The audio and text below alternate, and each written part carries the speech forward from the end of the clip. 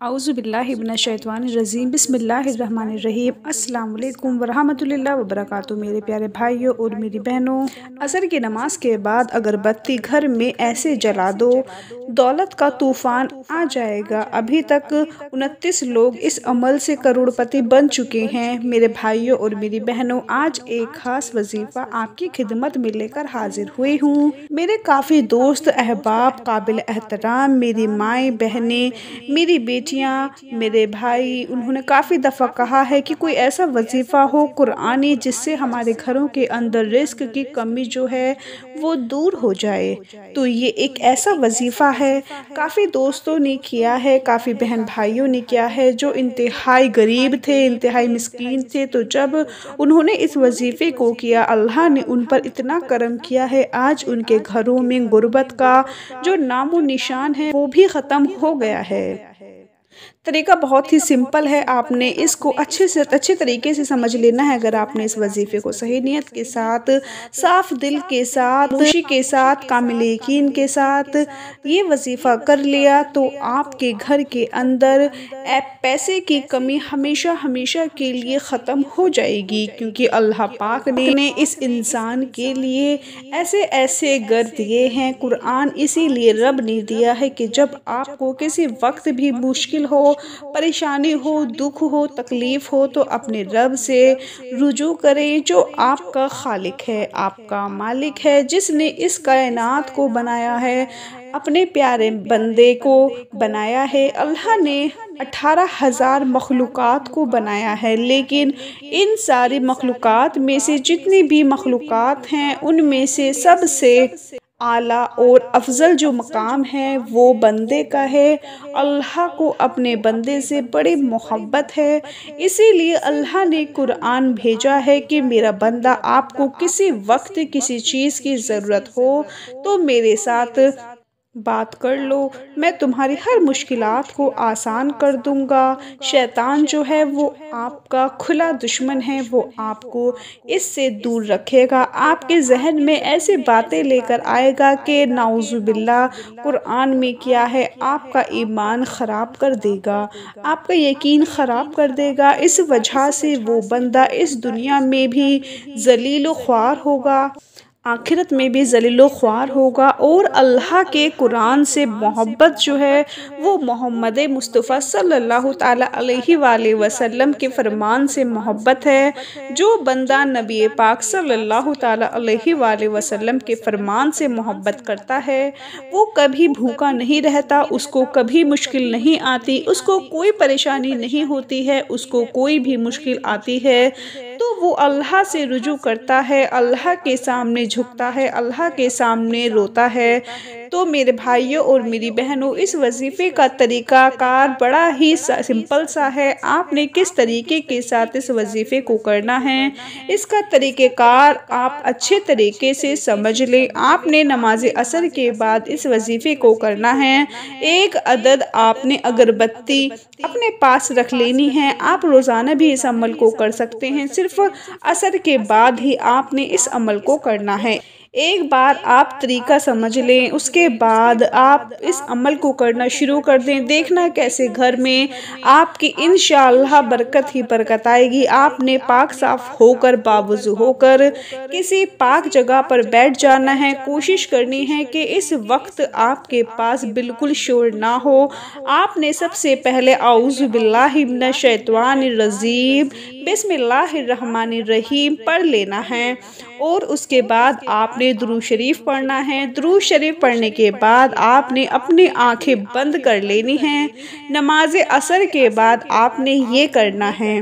اگر آپ اس عمل کو کرنا چاہتے ہیں اور ویڈیو کو آپ نے مکمل نہیں دیکھا تو شروع سے لے کر ایک دفعہ ویڈیو کو مکمل دیکھ لیں، انشاءاللہ روحانی طور پر بھی مدد آپ کے ساتھ شامل ہو جائے گی، اور پھر اس عمل کی جو برکتیں ہیں، جو فضیلتیں ہیں وہ آپ خود دیکھ لیں گے۔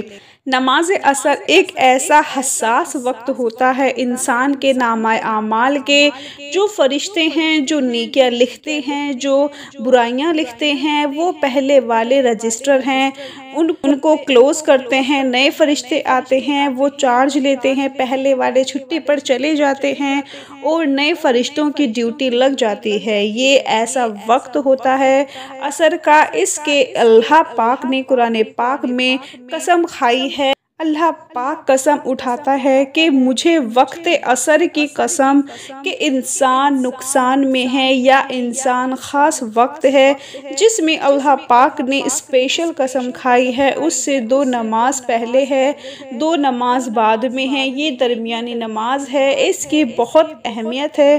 یہ وہ وقت ہے جس وقت فرشتے مسجدوں کے اندر، گھروں کے اندر، گلیوں کے اندر اتنی تعداد میں ہوتے ہیں، صرف انسان کو نظر نہیں آتے، باقی تمام مخلوقات ان کو دیکھ رہی ہوتی ہے۔ یہ وہ لمحے ہوتے ہیں، یہ وہ وقت ہوتا ہے عصر کا جب انسان اس وقت اچھا کام کرے۔ جو فرشتے پہلے موجود ہوتے ہیں وہ بھی اس کو تحریر کر لیتے ہیں، جو بعد میں فرشتے آتے ہیں وہ بھی اس عمل کو لکھ لیتے ہیں۔ یہ وقت ایسا ہوتا ہے کہ دونوں فرشتے آ کر لکھنا شروع کر دیتے ہیں۔ کیسے اس ٹائم کی طاقت ہے، اس کی پاور ہے، اس کی فضیلت ہے۔ کوئی ایسا وقت نہیں ہے جس وقت یہ دونوں فرشتے ایک دفعہ اکٹھے لکھیں، یا یہ صرف عصر کے وقت اکٹھے ہوتے ہیں۔ میرا رب جو ہے عرش والا، وہ اپنے بندے سے بڑی محبت کرتا ہے، بڑا پیار کرتا ہے، اس لیے بہانے ڈھونڈتا رہتا ہے۔ جب کسی کو بخشنا ہو، جب کسی کو فائدہ پہنچانا ہو تو وہ پھر اس صورت میں پہنچایا جاتا ہے کہ بہانے ڈھونڈنے جاتے ہیں، اس بندے نے یہ کام کیا ہے، اس نے یہ کیا ہے، چھوڑو چلو اس کو دے دو۔ تو میرا رب بندے سے اتنی محبت کرتا ہے، اتنی محبت کرتا ہے، 70 ماؤں سے زیادہ محبت کرتا ہے۔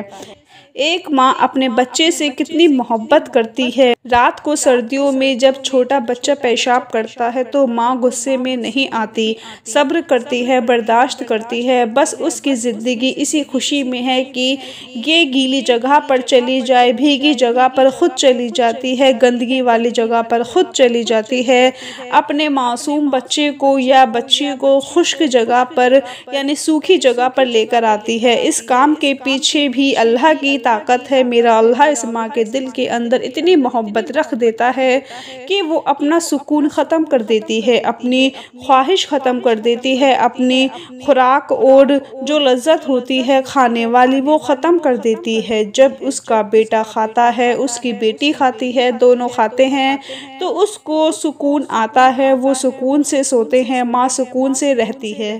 تو میرے نبی حضرت محمد مصطفیٰ صلی اللہ تعالیٰ علیہ وآلہ وسلم نے فرمایا کہ میرا اللہ 70 گنا زیادہ اپنے بندے سے محبت کرتا ہے۔ سورہ فاتحہ کا یہ عمل ہے، آپ نے 2 اگربتی اپنے پاس رکھ لینی ہے اور اس وقت آپ نے صرف 11 مرتبہ سورہ فاتحہ پڑھنی ہے اور صرف 3 مرتبہ آپ نے سورۃ اخلاص پڑھنی ہے۔ میرے بھائیوں اور میری بہنوں، سورہ فاتحہ وہ سورہ مبارکہ ہے جو میرے رب کا نور ہے، میرے اللہ کا نور ہے، اللہ کی رحمتیں، برکتیں اس کے اندر ہیں۔ جب انسان اس کو پڑھتا ہے تو یہ سورہ فاتحہ اللہ سے جھگڑا کرتی ہے، جس بندے نے مجھے پڑھا میرے اللہ اس کی زندگی کو بدل دے، اس کے دل کی تمنا کو پورا کر دیتا ہے۔ وہ اللہ سے جب اپنی بات منواتی ہے پھر میرا رب اس بندے کے دل کی خواہش کو پورا فرما دیتا ہے۔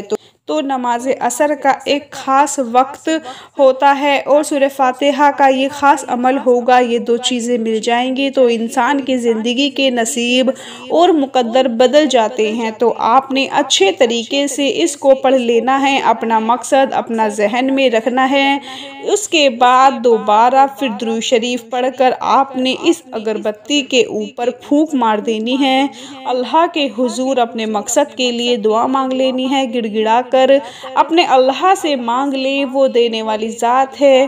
یہ ہو ہی نہیں سکتا کہ کوئی بندہ اللہ پاک سے کامل یقین کے ساتھ مانگے اور اللہ اس کو عطا نہ کرے۔ میرا رب تو وہ ہے جو پوری کائنات کا خالق ہے، پوری کائنات کا مالک ہے، پوری کائنات کا رازق ہے۔ پوری کائنات مل کے بھی میرے اللہ کی عبادت نہ کرے، میرے اللہ کے نام پر، میرے اللہ کے جلال میں کوئی فرق نہیں آ سکتا۔ وہ ایسے پاک ذات ہے، ایسے اعلیٰ وہ عرفہ ذات ہے، تو آپ نے اللہ پاک سے مانگنا شروع کر دینا ہے۔ وہ دینے والی ذات ہے، وہ تو بہانے ڈھونڈتی ہے۔ اس کے بعد آپ نے کیا کرنا ہے کہ اس اگربتی کو جلا دینا ہے۔ کوشش کرنی ہے اپنے گھر کے تمام کمروں میں اس کا دھواں تھوڑا تھوڑا پہنچا دینا ہے، اور اس کے بعد کسی ایک جگہ پر رکھ کر آپ نے جلا دینا ہے۔ عصر کی نماز کے بعد انشاءاللہ تعالی آپ کا ہر آنے والا دن پہلے دن سے بہتر ہوتا چلا جائے گا۔ آپ بے روزگار ہیں، آپ کو روزگار مل جائے گا۔ آپ بے اولاد ہیں، آپ کو اولاد مل جائے گی۔ کاروبار میں برکت نہیں ہے، کاروبار میں برکت آنا شروع ہو جائے گی۔ گھروں میں برکت آنا شروع ہو جائے گی۔ نحوست ختم ہو جائے گی۔ جتنی بھی حسد ہے، جادو ہے، ٹونا ہے، اس کے اثرات ختم ہونا شروع ہو جائیں گے۔ کوئی بھی وظیفہ نماز کے بغیر مکمل نہیں ہوتا۔ آپ نے 5 وقت کی نماز لازمی ادا کرنی ہے، اور کچھ نہ کچھ اللہ کی راہ میں صدقہ اور خیرات لازمی کر دیا کریں گا۔ تمام میرے بھائیوں بہنوں سے گزارش ہے، اللہ کے 99 ناموں میں سے ایک نام کمنٹ میں لکھ کر ضرور شیئر کریں۔ اپنا بہت سارا خیال رکھیں، اپنی دعاؤں میں یاد رکھیں، 5 وقت کی نماز پڑھیں۔ اللہ حافظ۔